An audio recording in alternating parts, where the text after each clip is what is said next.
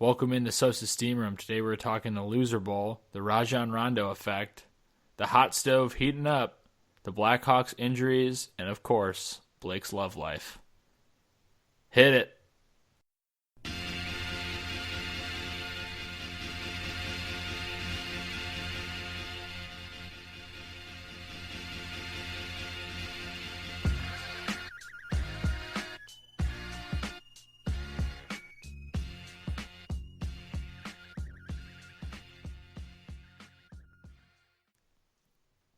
What's up, everybody? My name is Drew Edstrom, and the other co-host of this podcast is Blake Van Pocky.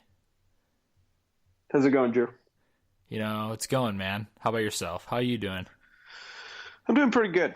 You know, Doing good. Feeling good. The people don't care about me as much; they care about you. So it's important to know how you're doing. Don't sell yourself short there. No one loves me at all. So that's good. I'm happy you're doing all right. Yeah. And this is episode 25 of Sosa's Steam Room. We are a quarter of a century into this thing. And we're almost coming up, Blake, on our 1-year anniversary. Wow. Time flies. Isn't that crazy? That is crazy. We're going to have a birthday party. But I'm down. A couple things you guys need to know first for advertising inquiries, or if you just want to talk to us and send us some notes and tidbits, hit us up at sosasteamroom@gmail.com. We also have a Twitter, Facebook, and Instagram account. Just search Sosa's Steam Room. Subscribe and rate our podcast on Stitcher, TuneIn, Spreaker, and, of course, iTunes. If you want to listen to us on the go, just check out your podcast app on your iPhone or check out the Stitcher app for Android. We also have some personal Twitter accounts, myself at DN Edstrom, and Blake, your Twitter handle? At Soldierfield BLG. And, of course, we have sosasteamroom.com, which has our blog as well as our most recent episode up. So that's all I got for that kind of stuff. That was a mouthful. It always is. But, we get through it. We fight through it every day. And, I do it because I care about you, That's how you make Blake. it through the day. That's how we do it. So, the Loser Bowl, this game on Sunday, I had tickets to this Bears game. And I was busy and I had other stuff going on, so I offered the tickets up to Blake and some people. And, Blake turned it down. Yes, I did. Without hesitation, really. Blake just turned it down. No hesitation. Zero hesitation. Our other friends went because they're real fans. And they went and supported the Bears while Blake probably sat at home by himself. And and watched this game. And had a great afternoon. Did you have pants on? For parts of the day. It's good to know. But yeah, it was fun. I had a good time. I'm so glad you didn't take my tickets and my parking pass that I had for you set aside because I'm a good friend. And, just turn me down. You know what? It was painful enough watching Colin Kaepernick on television. I can't even imagine if I couldn't look away from that. Well, the Bears are the winners of the losers. They won 26-6. They're actually the losers. No. But they won. They won the Loser Bowl. Blake. They're the losers of the winners. They lost 0 cents. They're not winners at all. They're the winners of the losers. So yeah, I understand what you're trying to say. I know you're trying to say, now they have a better draft pick. There you go. Which is actually a worse draft pick for the Bears, but you're an idiot. Jordan Howard had a great game. Of course, in the snow, you got to run the ball. He had 32 carries for 117 yards and 3 TDs, and continues to be very impressive. And definitely a piece moving forward. This Bears O-line, though, has been beat up all year. Kyle Long out with injury, of course. You have a rookie center who's actually done fantastic in Cody Whitehair. What are your thoughts? Yeah, let me first start off by saying if the Bears didn't run the ball against that 49ers defense, it would have been a huge mistake. They give up 170 yards on average on the running game. And second of all, the offensive line is a little banged up right now, but the guys who they have filling in, Eric Kush has played really well. Ted Larson's played well. Josh Sinton was in for most of the game. But, it was good to see Jordan Howard have another solid game. He just consistently shows up nowadays. And, of course, the future of the franchise, Matt Barkley. Oh, yeah. He's back for a second time, going 11 for 18 with 197 yards, no TDs, no interceptions, and a 97.5 passer rating. But, he's the future. He's the franchise. He's the franchise. I'm completely kidding. I am completely 100% kidding. He has proven, though, that he can be a serviceable backup. I will say that. I agree. And, he threw some really good – he has some really good accuracy from what I've noticed. He always seems to be putting the ball, or at least in the fourth quarter of the last game and this game, he's putting the ball on the target. He's making sure he's not really making that many mistakes in this last game, which is really good to see. And I don't think he has a chance to win the job, but he definitely is in prime position to win the backup job. I would say don't say that until the season's over. Blake, I'm not saying he's going to win the job. Are you telling me? Don't get me wrong. Are you telling me? Hold on one second. No, you listen to me. So, if the Bears go out and they do draft a QB, which I'm not sure if that's the right move yet, considering kind of the strength of the QB position at the draft. So you're telling me they go out and they draft a guy like Deshaun Watson, who you've been really high on. Yeah. You're saying that Matt Barkley gets the job over Deshaun Watson week 1 of next season?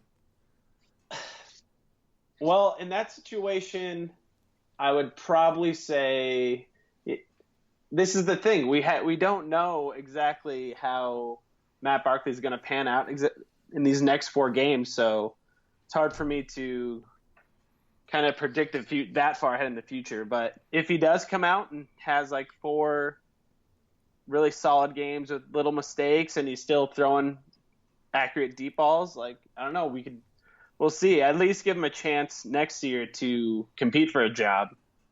But say the Bears want to go a defender in the draft too, one of these top guys like Myles Garrett or Jonathan Allen, then maybe they can rely on Barkley as a backup plan, something like that. So just up in the air right now. I don't know how you feel about it. I mean, I'm not putting all of my faith in Matt Barkley here. Moving forward, I will see what happens these next couple games here, and I almost started crying when you just reminded me that the Bears have 4 games left in the regular season.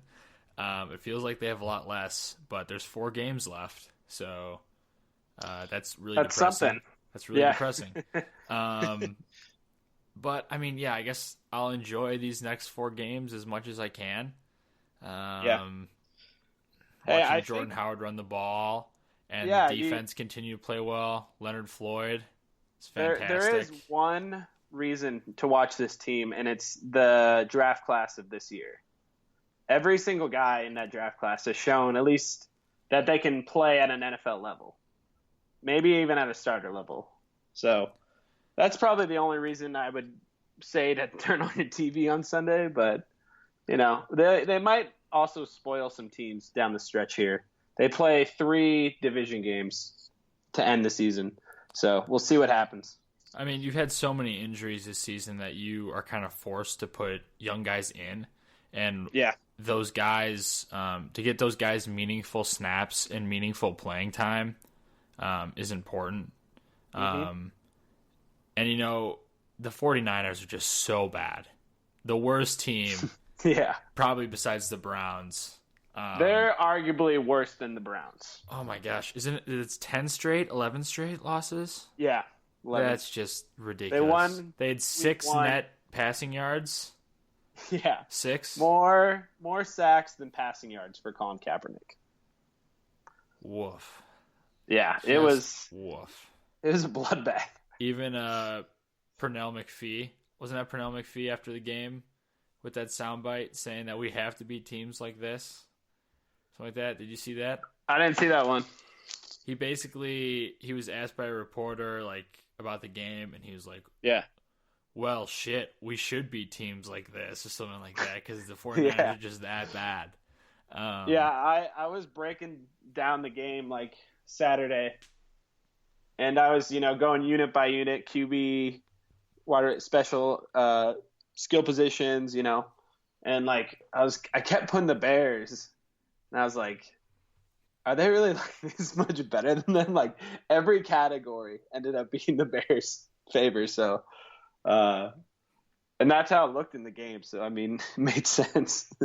And you can check out Blake's work at soldierfieldblog.com. Yeah.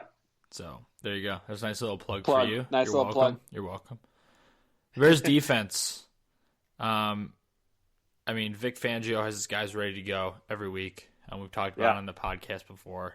And Chicago ranks 7th overall in yards per game allowed, which is impressive. As I mentioned before, 49ers had 6. You can count on 2 hands, 6 passing yards, which is just pathetic. And it's just awful. Leonard Floyd, man, I got to be honest here. At the beginning of the year, I was very disappointed in Leonard Floyd. Yeah. We've all heard this stuff about how he wasn't big enough to be good at the point of attack. He was definitely athletic enough and quick enough, but he wasn't strong enough. And man, he's proven me wrong. He's proven a lot of people wrong. Absolutely. So I've been continually impressed with him. Just some news here.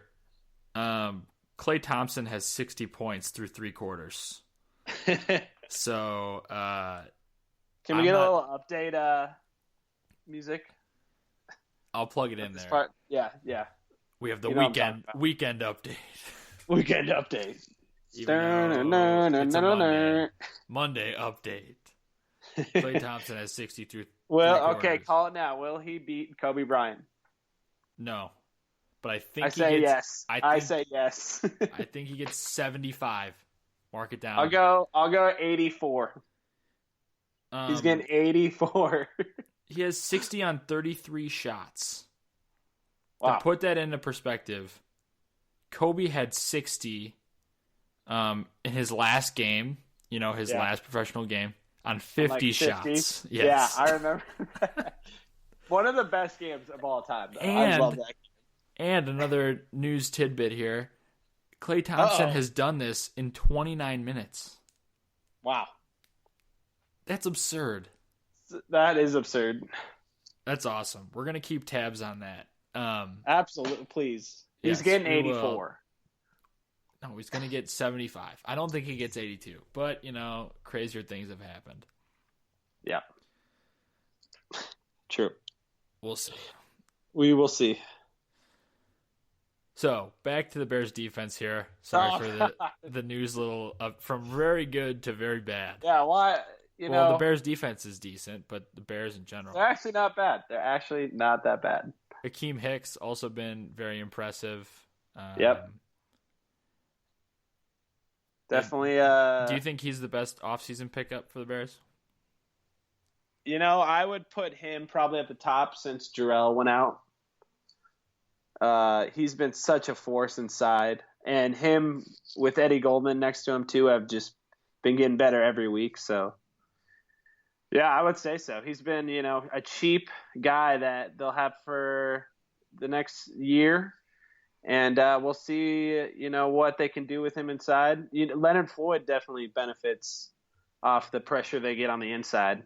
He gets those one-on-one matchups where he can use the speed around the edge. So, yeah. Yeah, the Bears defense has continued to show up even with a ton of injuries as well. Their secondary still needs a little bit of work, and it's a need in the draft for sure. Yeah. But their front seven there, it's definitely getting there. Definitely a threat and a force. Yep. So the Bears take on the Lions this week. Frat Stafford and the boys in Detroit. Are they in Detroit or in Chicago?